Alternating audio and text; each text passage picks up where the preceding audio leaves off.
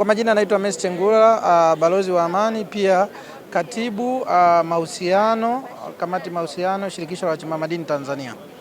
Nimekuwa muumini kuhudhuria kila mwaka katika misa takatifu ya kumwombea hayati Daktari John Joseph Pombe Magufuli. Kwa kweli kila siku ninaona kuna mabadiliko makubwa na mwitikio mkubwa wa watu kuendelea kujitokeza katika misa hii.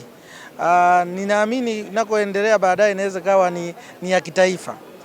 Ni jambo la kuipongeza familia pamoja na wanachato kwa ujumla ambao wameona ni vema kila mwaka kuliandaa hili jambo, na kila mwaka linazidi kuwa na mvuto. Kama unavyoona leo tulikuwa na rais wa Zanzibar, tulikuwa na makamu wa rais wa Jamhuri ya Muungano wa Tanzania.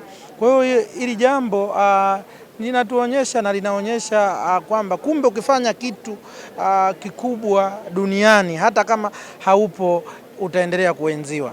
Kwani ni wangapi wamepita? Kwa nini leo hii ukiangalia ni maelfu ya watu waliohudhuria Chato kwa ajili ya misa takatifu ya hayati Daktari John Joseph Pombe Magufuli.